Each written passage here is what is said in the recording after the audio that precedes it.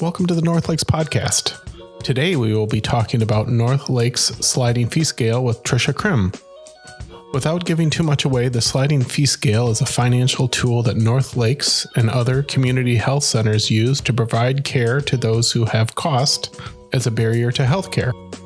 I may have said too much already, so let's talk to Tricia.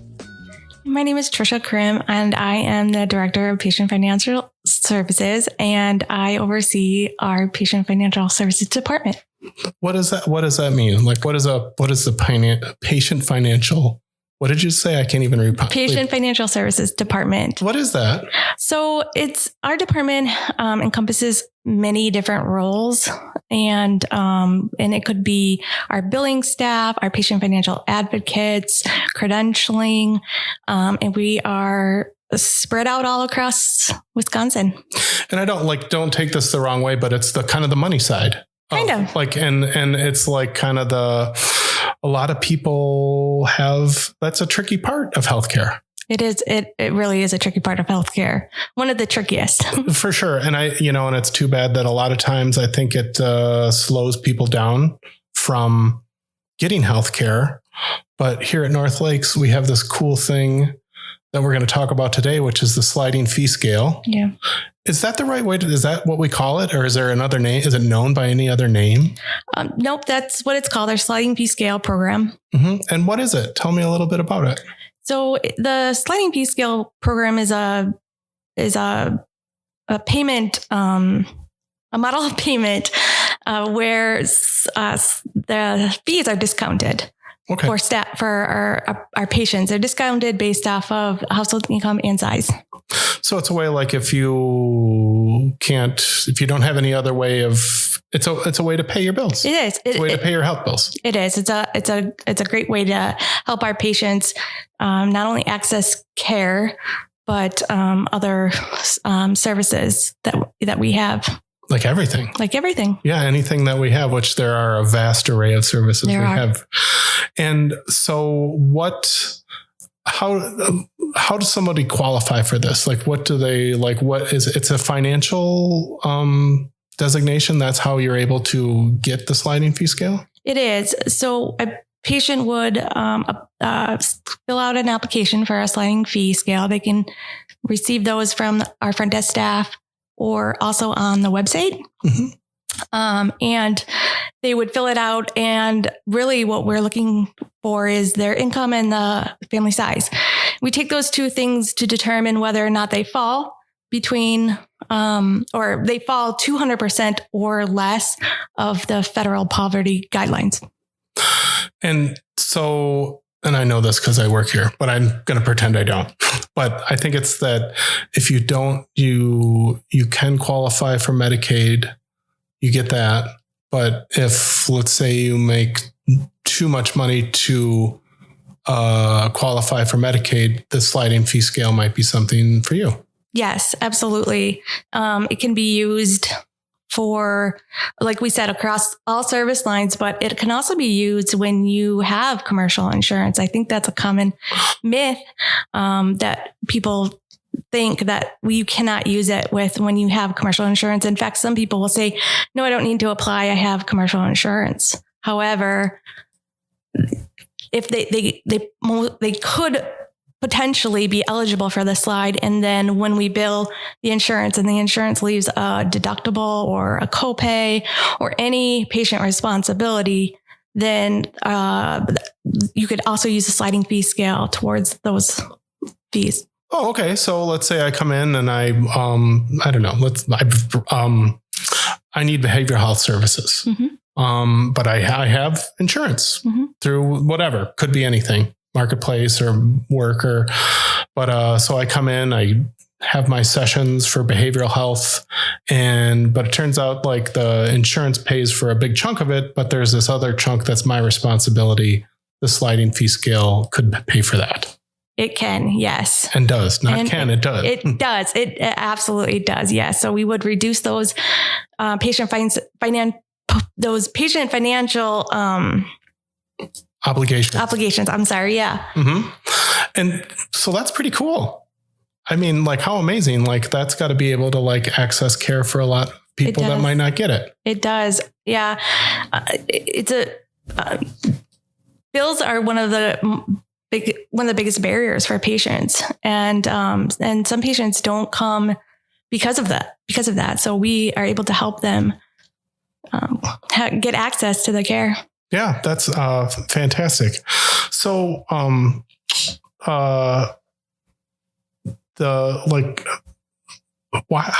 is it that NorthLakes provides this? Is this just out of the goodness of our heart? We're like, we'd like to do this for our patients, or what is it like? How is it that we're able to offer this?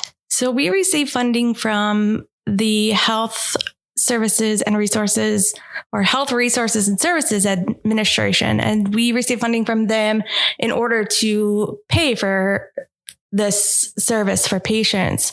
And it's commonly known as HRSA. That's how we call it. But basically little shop talk there. Yeah. They govern over federally qualified health centers. Which we are. So it's available at all. It's not just a NorthLakes idea. Not a NorthLakes idea, no. So it's because we are a federally qualified health center, FQHC, overseen by HRSA, that we are able to offer the sliding fee scale. That's right. And this was a while ago when I first, I think I needed a vaccination or something at NorthLakes. I don't even remember what it was, but I remember one of the first things I was offered was that, would you like to apply for the sliding fee scale? I think everybody gets offered that, don't they? Yeah, everybody gets offered that at their first visit, and then annually, year after year. So we do ask, if you say no, we'll ask you a year from now. Yeah. Right. And so, and it's, as you were saying, it's a financial thing. So if I'm 200% or below the poverty line, I qualify. Yes. So tell me, what is the sliding part? The sliding part is, for example, if our fee was $100 and you qualified for the sliding fee scale under a certain percentage, then we would reduce that $100 by whatever amount that we agree to slide it off to. So there's there's a range between below 200% and 100%. There so is. I might make 50%, throwing some numbers out here, but that's where it would slide and meet that number. Exactly. We have 5 different slides. So in categories A, B, C, D, and E. And so you would fall within one of those levels. And then you'd get a letter indicating what level you are and what your fees would be for that service. And so if you qualify, you can come in for medical, for dental, for behavioral health, everything. Everything. And it's even especially great for non-covered services. So there are services that are not covered by insurance. And so we would slide those too. Mm-hmm. And does it work at other agencies? So if I'm a NorthLakes patient, but I want to do some other service at another facility, does the slide apply to that? If I went to the hospital, does the slide work for that agency as well? We have a few contracts with outside facilities that they do give the slide, and it's only certain services. So, for instance, if a provider refers a patient for a mammogram, and we have a contract for that at the Hayward Hospital, then they would slide that for the patient. So there are some instances. Some, yes. But it's not like a blanket, use it everywhere. It's not a blanket. And at your visit, your provider will let the patient know that they're being referred there. And then the front desk will give them a voucher. So so they know what they're getting into if they go somewhere else. Right. Neat. Okay. And I know you've said all services, but I'm going to be a little picky here, prescription services, to get your prescriptions filled. Yes. Even to get your prescriptions filled. The only caveat there is that you can't use the sliding fee scale if you have commercial insurance. So it doesn't work in that situation. Mm-hmm. But Like that. How do you keep this all in your head, Tricia? Like there's a lot of nuances to this job. Oh yeah, there are. How do I keep it all straight? I don't. I got a great team to help me out, but I have to refer back to my own notes. I bet. Yeah. And who decides that? I mean, like you said, there were like 5 scale slides. Mm-hmm. Is that a HRSA thing that decides that? Is that NorthLakes, or how are those numbers decided? The HRSA thing is that we have to have a sliding fee scale, but we are the ones that decide the fees and where to put the levels at. So, the 5 levels that are on there, A, B, C, D, and E, wherever you fall into them, we created that. And is that not just you? No. You have some people that help you with that? Yeah. Is that how does that get decided? If I'm going to go into making the sausage a little bit, like dig a little deeper, like how do you figure that out? Well, it was figured out a long time ago and we really don't change it. It hasn't really been changed. The levels are interesting because it changes every year annually. So in February of every year, new federal poverty levels come out, and which really can drop you down a slide. So a patient can go from a slide E to a slide D based off of those federal poverty guidelines in that get changed every year. So the percentages don't change, or we don't change them, but that number would change. Yeah, that amount. Not the amount. No. Oh, sorry. Go ahead. Correct me. The percentage doesn't change. No, the percentage doesn't change. But when they change the number that is the federal poverty level, that will influence the scale. Yes, it does. It does influence the scale. And we can have somebody who had just was over income by, it could be by $100 over income. And so that means that they're over 200 of the federal poverty guidelines. So that patient may now qualify in February when those levels change. So it would take this person who is not eligible and make them eligible based off of those percentage changes. That's got to be a fun phone call to make. Yeah. Yeah. Do you keep a track of that person? Would you keep track of that person then? Like, if somebody qualifies, they apply and they don't, like if they're just that little bit over, do you kind of have a little file set away of like, these people are close? And then do you try to reach out to people and go guess what? Now you qualify? Absolutely. Yes. We send them a letter and let them know that they now qualify for the sliding fee scale. So it's not a phone call. It's a letter. It's not. Okay. All right. It's a letter. Does someone then need to reapply? Then, so I think you just went into this and I forgot what you said, but did you so you apply one year, you're on the scale. Every year, do you reapply for that? Yep. The sliding fee scale is good for 1 year. And what we do is we send the patient a reminder letter and an application that they need to reapply. Mm-hmm. And is that hard? Is that a hard thing to do? Is it hard to track someone down and get them to reapply again? Or is that a hardship for you guys? Well, some patients, most know about the program. So or the ones that are on them. So they understand. And if they're active in their care, they know that, they have to reapply in order to, have the sliding fee scale for the next year. But, I guess I would say there are some times when patients may not open their mail. Mm-hmm. And how does the last podcast I did was with Patty Turner talking about the unwinding of Medicaid. How's that going to affect your work and the sliding fee scale, if at all? Yeah, that's a great question.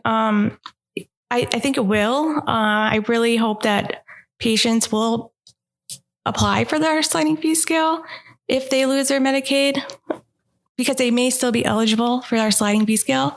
Even if they're not eligible for Medicaid, they may still be. So I would encourage patients who are going to lose coverage to reach out to us. So that's kind of a safety net. So like if you get off of Medicaid, then the sliding fee scale could be there for you. Yeah. And do they complement one? Would somebody be on Medicaid and have the sliding fee scale? We encourage our patients who have Medicaid to also have our sliding fee scale, because again, our sliding fee scale will cover non-covered services. So there are some services across North Lakes that are not covered by insurances. And so the sliding fee scale would cover that.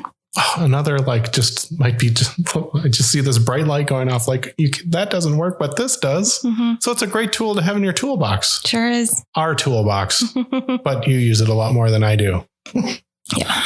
So if, let's say I'm listening to this and I'm interested in applying or learning more about the sliding fee scale, what would I do? So if you are listening to this and wanted to apply, you could call any of the clinics and ask for a patient financial advocate. Or you could ask at your next appointment, ask for a sliding fee scale application, or you can find it on the website. So lots of ways. Mm-hmm. And let's say if I am on the sliding fee scale and, do I automatically have it for a year, or if my financial situation changes, either good or bad, do I have to let you know about it, or how does that, what happens? Yes, a patient can apply when anything changes with their family income or family size. So if there was a loss in income or an addition of a child, then a patient could give us a call and we would have them fill out an application and provide us with their proof of income. And then we would go ahead and reevaluate their sliding fee scale. So really they can reapply at any time when situations change. And so let's say I'm here, I'll just use me as an example again. I've been on the sliding fee scale for a few months. I know but I get a raise at work or another job and my income goes up. Am I obligated to report that to you, or does that just happen when I need to reapply at the end? That would happen when you reapply at the end of the year. Yes. Got it. So there's a little it's not like an automatic right. It doesn't just drop off. Oh, neat. Mm-hmm. Jeez. I love doing this podcast because I end up learning so much more. I thought I know the sliding fee scale, whatever. I'll go talk to Tricia. But I don't know. I always learn so much more. So this was a tough one. We talked a little bit about this before we went on the mic. How do we want to do this? And here's what I wrote.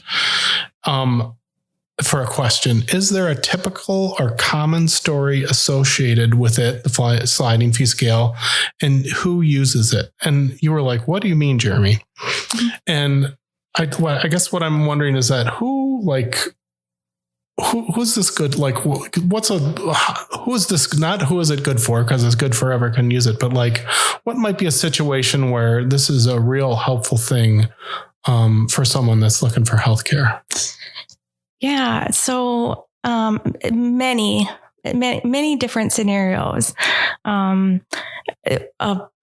patients utilizing it. I like the example that we just talked about, which was a family who may have lost income, a family member who lost income, lost a job, but still needs to continue their health care. This is a great opportunity for patients who have those types of situations. It's not, they don't have other options. Right. Mm-hmm. And I know neither one of us are providers, but I think we can kind of talk about this a little. So how's that good? How does that help people? Well, it helps people access the care that they need. They really, financial barriers are one of the hardest things for patients, and it really does help ease that for them. So, just if you need healthcare, this helps. Yeah. offers you, so like if you can't, I just feel lucky that for me, like it isn't like I go to the doctor when I need to, and fortunately I don't need to very often, but when I do, I'm covered. But I can't imagine like if I had like an outstanding condition or I don't know, just needed healthcare, like this makes it so much more worry-free and easier to get. Sure. And some of our services, a patient is seen weekly. So those bills really can add up over time. And patients may not come back after they see that high bill. And so our sliding fee scale offers, a lot for our patients to be able to not worry. And is it awkward for some people to like ask for it? Do they like, I'm a typical old man, but I'm like, I don't need any help. Yeah. Do you run into that? Yeah, we do. Yeah, we do. We do run into patients who don't think or don't want to apply. Our sliding fee application is very simple. It's a 1-page, and you just have to fill out your, a little bit of information, some information about your income, about your family, and then provide proof of income. And I'm going to guess that if you have trouble finding that proof of income, we have people here that'll help you find it. Yes, we do. Get it. Yep. Our patient financial advocates, we do have a list of what is acceptable, a proof of income, and that's on the instructions for the application. But if at any time you need help filling that out or questions about different types of proof of income, our patient financial advocates are ready to help. And what are the most common way to do that? What's the most common proof of income? The most common one and the most preferred one is your taxes. So we just ask for your most recent tax form. And what are some others? Some others are your bank statements, statements from your employer, those types of things. Got it. Like how did you land in this role? Like, do you have an accounting background or what is it like? How did you end up here? How did you end up doing this job? Yeah, I actually went to school for this and ended up here. I've been working in billing since I graduated in 2005. So that's all I've ever been doing is working in billing and revenue cycle. So I graduated from Northern Michigan University in Michigan. Yeah, sure. In Marquette. Mm-hmm. And my husband got a teaching job here. So that's kind of how I got here. So I do have one last question for you. Okay. What's in your car right now? In my car? Mm-hmm. I think a couple of pairs of shoes and I think that's about maybe a coffee cup. Right. You still have your snow brush in there. Yep. My snow brush is in there. Yeah. Right. Emergency kit is in there. Good. Yeah. We're recording this on like a 70-degree day. It's just like that weird moment, like when spring just like sprang. Well, Tricia Krym, thank you so much for doing this. Really appreciate it. And all your talk about the sliding fee scale. It's really nice to talk to you. Thank you for having me. Okay. Bye. Bye. I think after every single episode, I say something about how I love to have these conversations with my coworkers because I learn so much from them. I hope that you feel the same way. Thanks so much for the conversation, Tricia. It's always good to talk to you. As Tricia said in our chat, call any of our clinics if you have any questions about the sliding fee scale. We would love to hear from you. We want to help prevent money from being a barrier to you and your family's healthcare. The NorthLakes podcast is produced by NorthLakes Community Clinic, a community health center located in the northern parts of Wisconsin. Learn more about us and all that we do by visiting our website, nlccwi.org. Our mission is to respond to the healthcare needs of our communities with an integrated array of quality services and actively remove barriers to wellness. And boy, I think we can all agree that the sliding fee scale actively helps to remove financial barriers. My name is Jeremy Oswald and I'm your host. Please give us a rating and/or a review on whichever platform you're enjoying this. It helps point other people our way. Thanks for listening to the NorthLakes podcast.